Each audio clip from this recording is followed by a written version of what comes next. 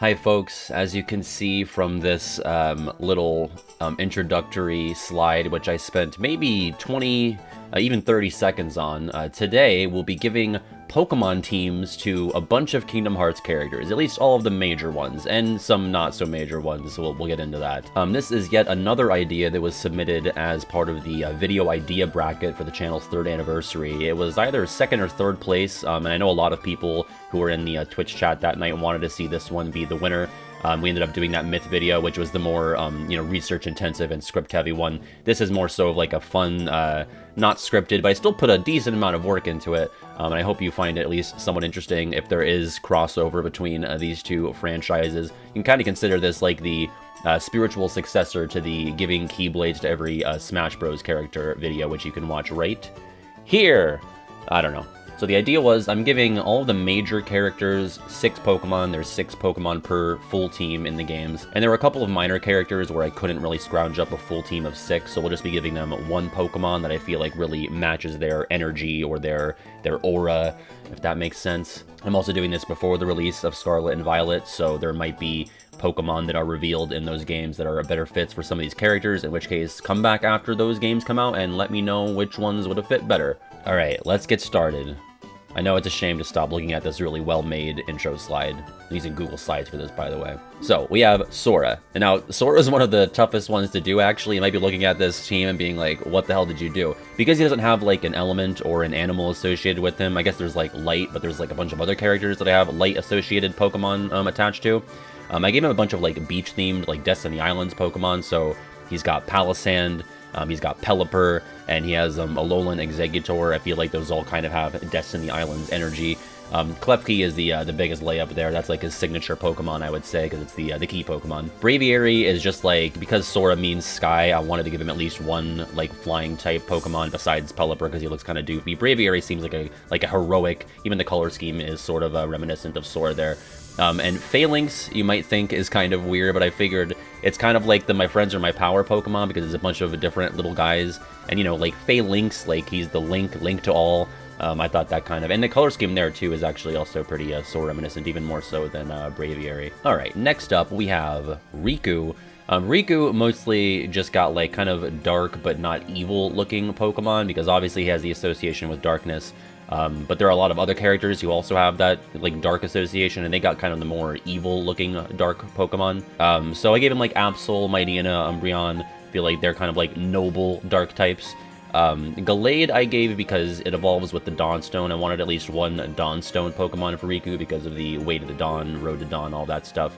Lucario, just because, like, they're the same guy. Does anyone else see it? Like, Lucario and Riku, like, they're just the same dude. Lucario is not a dark type, but I just felt like that's Riku. That's Riku as a Pokemon. And then Woobat, because of the Komori Bat, that's, like, Riku's main Dream Eater association. It's definitely, one of these is not like the other. He's a little doofy. Swoobat is the evolved form. I tended to go with, like, the fully evolved ones if I could for the team, just to make them more kind of imposing and tough-looking, but I feel like Woobat is more Komori-esque than the Swoobat, so... Next up, we have Kairi. Kairi is mostly going for, like, the color scheme similarity, but there are a couple of more, like, metaphorical connections there. First of all, Tapu Lele is, like, that's another one where, like, that's just Kairi as a Pokemon. It's got, like, the same, like, pink color scheme and the red hair.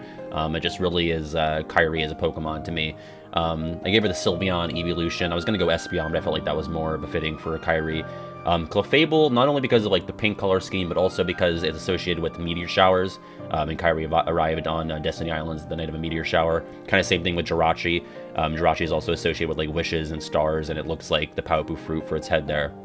Diancie is just, like, kind of another color scheme one. And Alomamolo Love Disc, but big. That's just kind of another pink heart-shaped, you know, Princess of Heart. I needed at least one, like, heart Pokemon to represent Kairi there.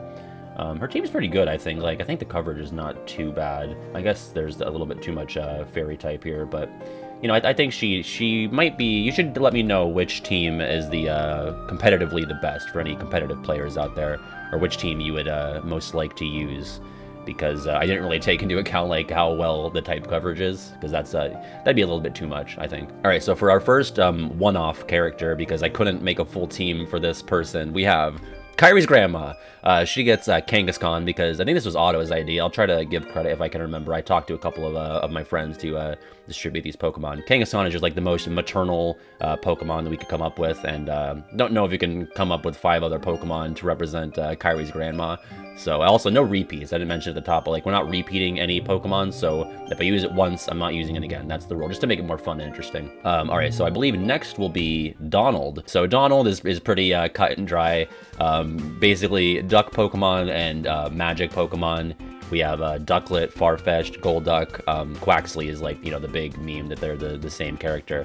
That's the new Scarlet and Violet water starter. And then I gave him Kadabra because I wanted, like, there's really not a bunch of like magician Pokemon.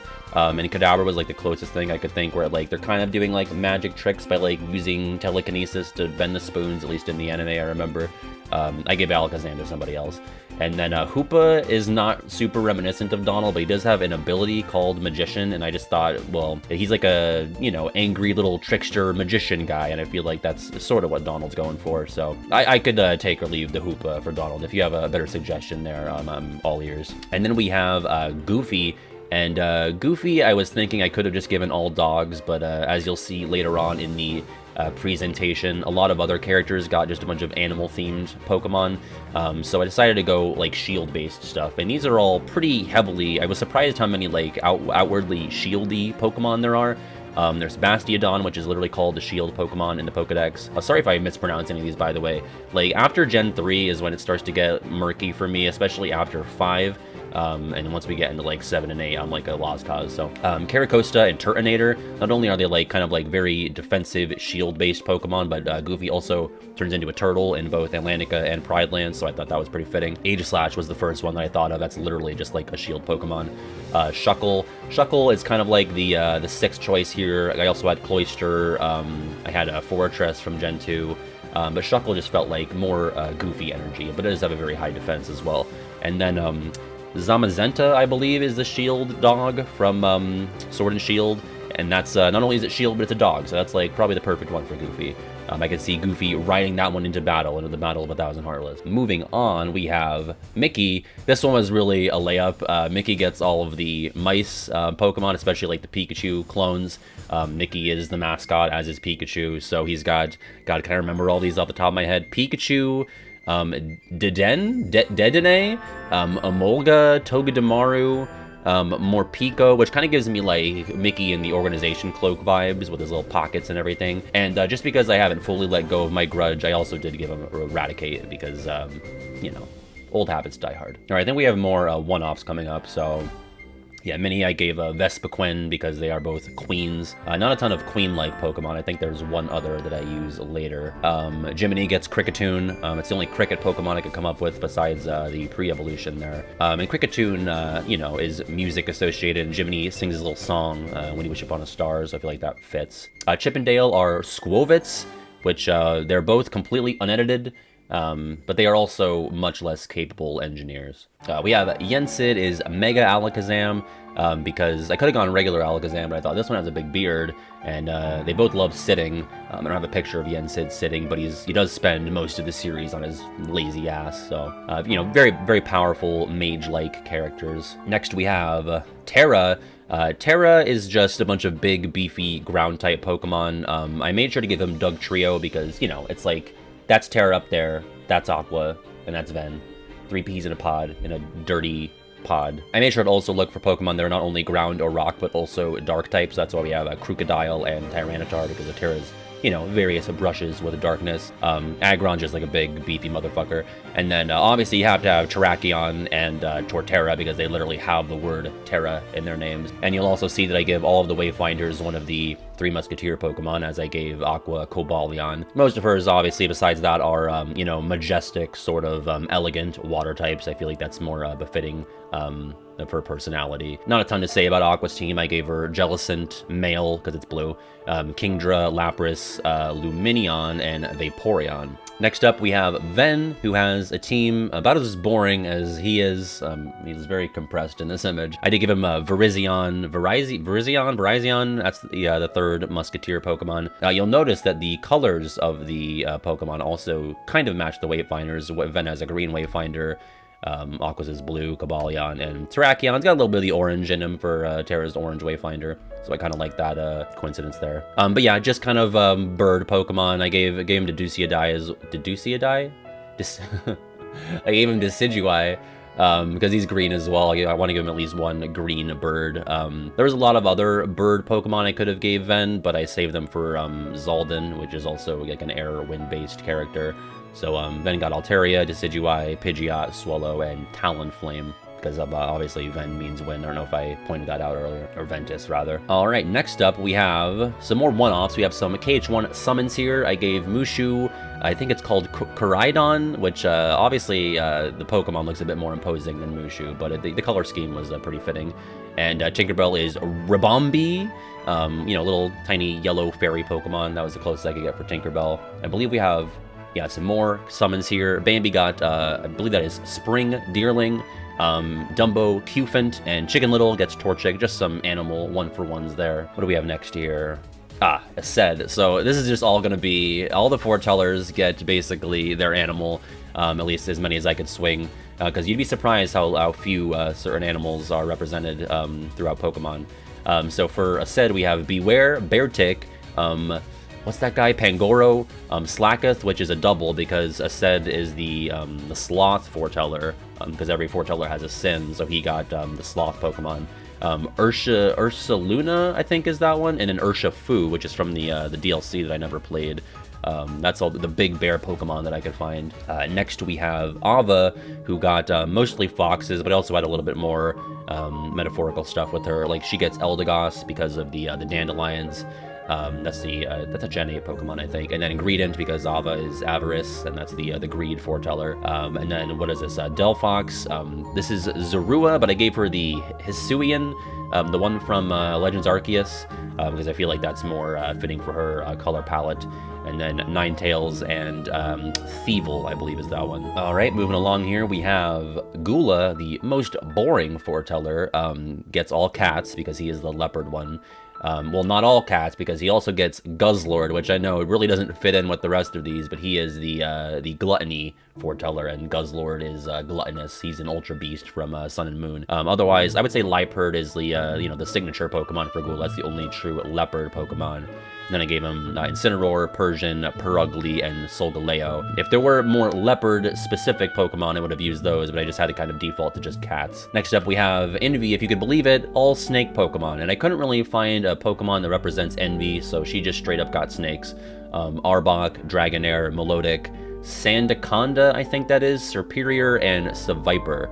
There are a lot of snakes. I did have like Onyx or Steelix in there, but I felt like these ones were more befitting of Envy's energy. And I believe that leaves us with Ira, who is the unicorn foreteller, and also the Irate Wrath foreteller. So he gets Primeape, which is traditionally a very angry Pokemon. But I would say his signature is probably Galarian Rapidash in the top left there. He also gets Keldeo in his Resolute form, Mudsdale, and these new ones I don't know. I think the ghosty one on the right is Spectrier. Spectrier? I'm gonna have to look these up. I should have prepared better beforehand. Bulbapedia. Yeah, I think that's called Spectrier, and the other one is Glastrier. Glastrier is the ice one, and Spectrier is the ghost one. So obviously there's not 6 or even 5 unicorn Pokemon, but there are, a couple of horse ones I was able to throw in there. I guess the ice one kind of has a unicorn-esque horn at the top there. Now we have a great one coming up here. We have the Master of Masters, who we don't know who he is, obviously, so we elected to give him 6 unknown, spelling out the word bitch. And that was Otto's idea, and Otto put this image together for me, so thank you, Otto, for this one. Really a big fan of Masters rolling up and using the 6 bitch unknown. Alright, moving along, I think we have Ansem Secret Darkness, kind of a tough one, also one that I kind of saved towards the end. Really just kind of like dark and imposing looking big Pokemon for him. I think the best is probably Obstagoon, because they both are doing like the signature Ansem arms cross pose there. He also has Grimmsnarl, which kind of gave me some World of Chaos energy. Hydreigon, Regidrago. We have Zarude. Sorry, again, these are later ones, and Zekrom. Not a ton of thematic significance. I was looking for like possessive Pokemon, like Pokemon that like possess other things, but I found that any ones that did apply for that kind of fit better for other characters. All right, next we have Naminé. You might be wondering why Gengar for Naminé, and this goes back to like an old Gen 1 sort of mythology thing. Let me go all the way back to Kairi has Clefable, and there was always like this thing that like Clefable has a shadow, and that shadow is Gengar, and you know, Naminé is Kairi's nobody, so that's why we went along and did that. I believe the person who pitched this idea to me in the bracket, I'll have their name up on screen, I apologize, I didn't get it ahead of time. I think they had that as a part of their pitch for the video idea, that Gengar would belong to Naminé. Otherwise, I gave her kind of a sleep-associated Pokemon. Hypno puts people to sleep, famously, and Musharna is like a dream Pokemon. I gave her Kartana because she's always with her, you know, her pen and paper, and that's like the closest thing there is to like a paper Pokemon. It's more origami, but I thought that worked. Smeargle is, you know, famously the artist Pokemon, so that was a layup. And then Pheromosa, not really anything thematic there. I just thought like the vibe was kind of similar with the all white, and Naminé's been stuck in her stinky white dress since 2004. I don't know why they won't give her any new clothes. But up next we've got Xehanort. Xehanort, again, kind of like Ansem, but I had a bit more fun with this one. Kind of just gave him like big, imposing legendaries. Arceus, obviously, he had the desire to recreate the world and basically be the god of the new world. I guess you would probably give him the Dark Plate as his held item for Xehanort's team. Mewtwo, obviously, just another big boss Pokemon. And then Necrozma. Necrozma, I believe, also has like the light and dark symbolism at play there. Drampa, because Xehanort is quite old, as you can see. And Giratina is like the devil Pokemon, and there's a lot of devil imagery with Xehanort, especially in the KH3 finale, which is also why I gave him Go-Goat, which is probably the sore thumb here, but you know, he has the goat mask in his final battle, or I guess his penultimate battle when he's all in his armor. Moving on, we've got Vanitas. Vanitas got a bunch of edgelord Pokemon, especially ones that do the red and black color scheme, which there are a lot of those. Banette, we have Bisharp, Darkrai, that was a layup. Drapion, kind of the odd one out because it's kind of more purple than the red and black, but I was looking for just kind of like which Pokemon is like a total dickhead, and I feel like Drapion would just like, I just feel like Drapion like cuts in line and like leaves empty boxes of cookies in the cupboard, so I thought he'd be a good pick there. Weavile, I think, is probably the signature of Vanitas. Like, that guy is Vanitas right there, like that smug little shit. And then Yveltal is another red and black, evil, dark associated Pokemon, so really going off of like the vibes and aesthetic for Vanitas here. Next we have Eraqus, which was kind of a tough one because he has like the light association, but again, there's like other characters I feel like that's better fit for. I gave him Togekiss just because of like the shiny stone, like shiny and light. I also felt like it just kind of was befitting, mostly of young Eraqus. I feel like I could see young Eraqus using a Togekiss. I tried to give him like regal and royal looking Pokemon, so like Empoleon, Sirfetch'd, Zexion. They're like more regal sort of, because he has like the royal bloodline, apparently, at least according to Dark Road. Gliscopod was just because of the color scheme. I felt like the kind of purpley, lightish hues there were fitting for Eraqus. And Zangoose is the only Pokemon with a scar over his eye, which I thought was probably the best fit for Eraqus. So next up, I believe we have some one-offs, which are KH1 villains, and we have Clayton, which I gave Oranguru because he's a big monkey. There is a gorilla Pokemon, but I thought he was a better fit for another character. And then Hades, I gave Chandelure because they're both like fire, undead, ghost things. Next, we have some Agrabah Pokemon, so I gave Aladdin Scraggy. I think that was Nicole's idea because I think Scraggy is a thief. I think he steals things. He also got like the baggy pants. Genie got Thundurus. It was the only blue Genie thing that I could find. I think there's one other blue Genie Pokemon, but I gave it to somebody else. He looks a little bit less friendly and willing to make pop culture references, but you know, it's the best I could do. And Abu gets Apom. Again, little thieving monkey bastards. Next we have the Agrabah villains. So Jafar, I gave Centiskorch because he does turn into like a big snake in the movie and in Union Cross, and Centiskorch obviously isn't a snake, but it was the closest I could get to like a fire snake looking guy. And then Iago and Chatot are both, you know, parrots, so that was pretty easy.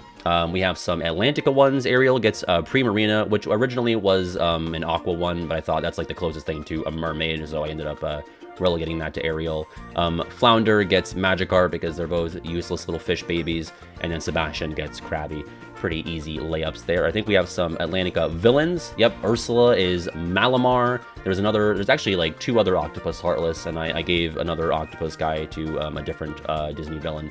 We have Flotsam and Jetsam are two Electrix, I think is what those are called. I think Electros is the final evolution. And then the Glut the Shark gets Sharpedo.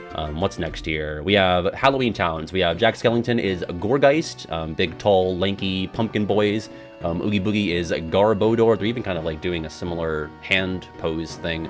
And Santa Claus obviously gets Delibird. Delibird is the present Christmas delivery Pokemon. And now we're on to the Organization 13. So Xemnas got so Duraludon, which is probably one of my least favorite Pokemon designs. It looks like a toilet inhaler refrigerator thing, but it kind of reminded me of like Skyscrapers, which is, you know, Xemnas associated with The World Never Was, and all of the Skyscrapers during his boss battle. I think the best one has got to be Eternatus, because not only does Xemnas turn into a dragon, which is also why I have Rayquaza, but you know, Xemnas loves saying eternal, so I thought that was pretty easy for him.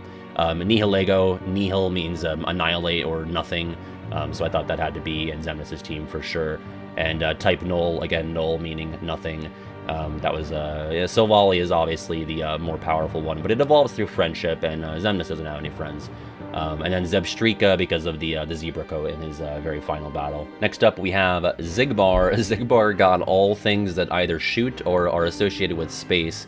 So he's got Clawitzer, Dragapult, Inteleon. It was the first thing I thought of, because he's literally like the sniper Pokemon, especially when he's in his Gigantamax form. Nagandel? I don't know, he's got like a big appendage that he shoots things out of, I think. And then Deoxys and Palkia are both space associated. Dialga's time, Palkia's space, and also Palkia looks like a big penis on his head, and you know, Xigbar is famously a giant dick. So next up we have Xaldin. As I said earlier, Ven got kind of like the more pleasant looking bird Pokemon, and Xaldin got kind of like the more sinister looking ones. Corviknight, I feel like, really matches Xaldin's energy. Oh yeah, and that's why. Oh, I thought this was also a blue genie. It's a green genie. Tornadus is the other genie that I gave for Xaldin, because that's like the only one that's like really associated with like wing. The other ones are just like, I have wings. Mandibuzz and Noivern are more evil looking birds, and Escalivir is the only Pokemon that wields lances, so I figured Xaldin had to have at least something like that. And then Roserade because of the Beast Castle and Beast Rose connection there. Next up, we have some more one-offs. Simba and Nala got Pyroar male and Pyroar female. Typically I wouldn't just like designate the genders of the different Pokemon sprites, but I feel like these ones are dramatically different enough that it works out, because I felt bad to leave Nala out. And then of course you gotta have Timon and Pumbaa, which is Patrat, and Lechonk, which is a new Gen 9 Pokemon. Apparently Patrat is designated as a meerkat. So we have Mike and Sully, Gulpin, and Tangrowth, just purely going off of the physical similarities there. We've got Randall is Ekans. I gave Arbok to Invi, so I figured that this would be the next best thing for Randall. We got Vexen now, going back to the organization. Vexen, I could have just given all ice Pokemon, but he also has like the scientist angle. So I do think Cryogonal is like Vexen as a Pokemon as well. Like that ugly motherfucker, like that's just Vexen shaped into a hexagon Pokemon. 1, 2, 3, 4, 5, yeah. Glalie, just an evil looking bitch. And then Regice, also kind of like rigid and sort of scientific looking, even though I think it's like a legendary golem thing that's existed since the dawn of time. I don't know. Genesect is a Gen 5 Pokemon that was made in a lab, Porygon associated with like data and computers. And Reuniclus, which is, you know, another science-y sort of biological experiment type Pokemon, I think. And now we have Lexaeus, which is a big dumb ground doofus, and I gave him like the more evil looking big dumb ground doofus Pokemon. Conkeldurr, Excadrill, Gigalith, Hippowdon, Rhyperior, and Tyrantrum. A lot of these I'm like really pulling from the memory banks to get these names out here. Not a ton to say about Lexaeus. His team is pretty evocative of his appearance and personality, so. Next, we've got Zexion. Zexion was a fun one because he's associated with illusions and like kind of mimicry and stuff like that. So he got a Kecleon who can kind of turn invisible or like morph into different types. Mimikyu was a layup. Mimikyu could have applied to a bunch of different characters, but I thought Zexion as a organization member who mimics others, I think that was the best fit for him. Mr. Mime, probably doesn't look like he belongs on the team. He's a little too bright and friendly looking. I don't know if that's the right adjective, but he does like create like barriers and illusion stuff. Porygon Z, just because, you know, he worked with the Vexen with the lab and science stuff in the organization, and, you know, Z for Zexion. Zoroark is literally the illusion Pokemon. I did have him on Vanitas' team for the color scheme, but when the Pokedex describes him as the illusion Pokemon, I felt like that was best fit for Zexion. And Staraptor, just because they have the same hair. I can't remember who suggested that, but I thought, yeah, that's pretty fitting. Next up, we're stopping down for some more one-offs. We have Ansem the Wise gets Drifloon because they both kidnap children. We have Data-Sora is missing no because they're both glitches that shouldn't exist. And we have Monstro is Wailord. I don't know why. I don't know why that is. I know I had a good reason, but I can't remember. Saïx gets all of the Pokemon that are associated with the moon, which I guess there were more than I thought there would be. We have Cresselia, Lunala. Lunatone is literally like a big moon Pokemon. Nidoqueen, you might be wondering why, but it does evolve with the Moonstone from Nidorina. And I was thinking Nidoking, but Nidoqueen does have the blue color scheme, which I think fits better. Ursaring, I gave Ursaluna to Aced, but you know, Teddy Ursa and Ursaring are both associated with like the moon phases. Ursaring has the full or the new moon, and Teddy Ursa has the crescent moon on its head. And then Sock is kind of a weird one, but I also gave the next member Throw, Axel, just for the blue and red sort of rivalry thing going on there. Nope, I went to Demyx for a sec. Axel is a basic bitch. He's my favorite organization member, my favorite character. So I gave him like a bunch of basic bitch fire starters because as someone who picks the fire starter every time, I'm okay with admitting that is the basic bitch choice. And especially, I thought Typhlosion. I think David Russell suggested Typhlosion just because of the spiky sort of hair thing. Blaziken's my favorite Pokemon, so I had to give my favorite character my favorite Pokemon. He also gets Cinderace and Infernape, and then Houndoom just for having like a sort of a darker one in there for Axel's, you know, mean girl streak back in Chain of Memories. Okay, now we have Demyx. You might be wondering, like, where are the water type Pokemon? I thought that'd be boring. I already gave a bunch of water types to Aqua, so instead, I focused on music-based Pokemon for Demyx. I guess Ludicolo would be his signature because it's not only a dancing Pokemon, but it's also a half water type, and it's always dancing in its animation, especially in Pokemon XD and Colosseum, which I love. Otherwise, you got Loudred because of the big speakers. I could have gone Exploud, but I felt like Loudred was more evocative of the music and the speakers. Mioletta is like literally music, or is it Meliota? Miloetta? It's something like that, but it's got like the music hair. Rillaboom, I chose the Gigantamax form because it's a drummer Pokemon. Spinda is a dancing Pokemon. And Toxtricity looks like it doesn't fit with the Demyx at all, just from first glance, because it's a electric poison type. But it does literally play the guitar, at least that's what the Pokedex entries say. It's like the guitarist Pokemon. There is no sitarist Pokemon, but that's the closest thing I could swing for this exercise. Alright, next up, we have some more one-offs. We have Woody and Buzz, Miltank, and Behem, because there's no cowboy Pokemon, but there is a cow Pokemon, so I gave that to Woody. And then Buzz is, you know, from space, as is Behem. I don't know, it's a Gen 5 one. There's like a million Gen 5 ones. Speaking of which, the LGMs get the LGMs. I think that's literally how it's pronounced. So 3 for 3 there. We also have some KH3 characters. Davy Jones gets Graplock. That was the other octopus character or Pokemon. And then Baymax, as a personal healthcare companion, gets the Nurse Blissey Pokemon. And they're both big balloon guys, so I thought that worked out. I think that was Otto's idea as well, because I think we had Blissey for Kairi's grandma, but then we switched it to be Baymax. And next up, we have some more one-offs. Beast Castle. Beast as a big buffalo monster gets a Bouffalant. Lumiere as the candelabra, the candle, gets Lampant. And then Mrs. Potts and Chip, easy money. You got to give Poltegeist and Sinistea. Even the color schemes are pretty fitting there. And now we have Luxord. Luxord was the toughest organization member, I think. There are really not that many Pokemon associated with time. There is Celebi, who famously travels through time in Gen 2 and in the movies. Dialga is, as I said earlier, the time Pokemon to Palkia's space. And then I had to like really deep dive into Pokemon Mystery Dungeon, which I do love those games.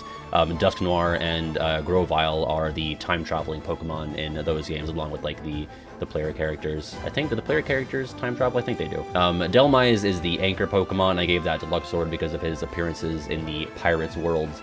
And then Meowth, I think that was David's idea because of the coin. And there's like no like money Pokemon besides Meowth. I can't think of any others at least. There's no like gambler Pokemon, so, and there's no like Pokemon that like use or made up out of cards.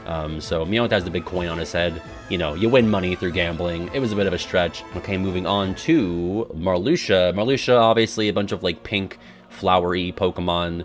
We have Florges, Lurantis, which kind of sounds like Lorium, and it also has like kind of scythe hands, which is also why I have a Scyther, because Marluxia wields the scythe, as you can see.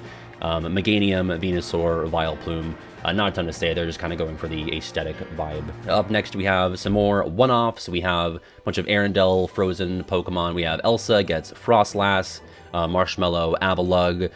Sven gets Winter, Sawsbuck, and Olaf gets Galarian Darumaka. Pretty pleased with how these ones matched up. I didn't give anything to Anna Kristoff because they're boring. They're just like, I'm a Ginger and I'm a Himbo. Like, there's no Pokemon for that. So next we have some Union Cross characters. We have Ephemer gets Greninja because of their big red scarves.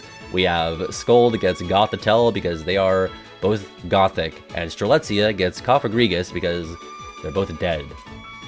Sorry. We have some secret bosses. We got Lingering Will gets Runerigrus because Runerigrus, I gotta look that up. I can't keep saying this. Runerigus?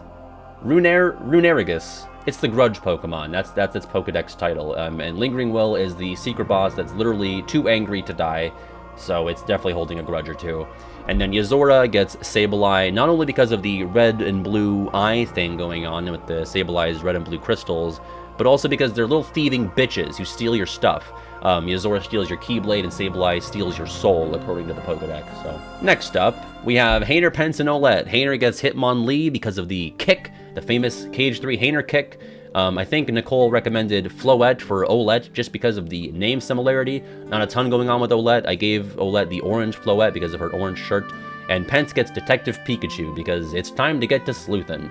And I remember when I was in the Discord call talking about this, I was like, if only there was like a detective Pokemon or something. And someone was like, not only is there one, Pat, but they made like a whole fucking movie and game out of that. Next up, we've got Pete and Maleficent, Dunsparce and Miss Magius. Because Miss Magius? Sorry, I just feel like the energy is on point there. That's about it. Moving back to the organization, we have Larxene. Kind of a simple one, just kind of gave her more evil-looking electric Pokemon. I guess Jolteon isn't really evil-looking, but the next closest thing was Eelektross, which definitely looks evil, but I feel like Larxene would be too disgusted to have that on her team. So I gave her Jolteon, Luxray, which I feel like is probably the most fitting. That's like our signature one, Luxray. Manectric, Vikavolt, Xurkitree, which maybe is on the cusp. I feel like Larxene might think that's a bit too ugly as well. And then Zapdos, just evil-looking, pointy electric Pokemon. And next we have Roxas. Roxas has a weird team because he has like not only like the light stuff going on, but also like the dual wieldings. That's why he has Doduo to represent his dual wielding ability. Obviously, Doublade was the first one I thought of. It's literally two swords. Samurott because he is the commander of the Samurai Nobodies. And then Solrock is to represent the light, because Solrock is like a rock psychic type, but I also associate it with like the sun, obviously. Not so much fire, but more so with light. Shedinja is like the empty husk Pokemon. I believe if you are to level up your Nincada and have an empty slot in a Pokeball in your inventory, you'll also get Shedinja when it evolves as a bonus, and you know, nobodies are like the empty husk and the empty body left behind when somebody loses their heart, so I thought the Roxas is best suited to get that as like the first nobody protagonist that we're introduced to. I guess Naminé, but you know, whatever.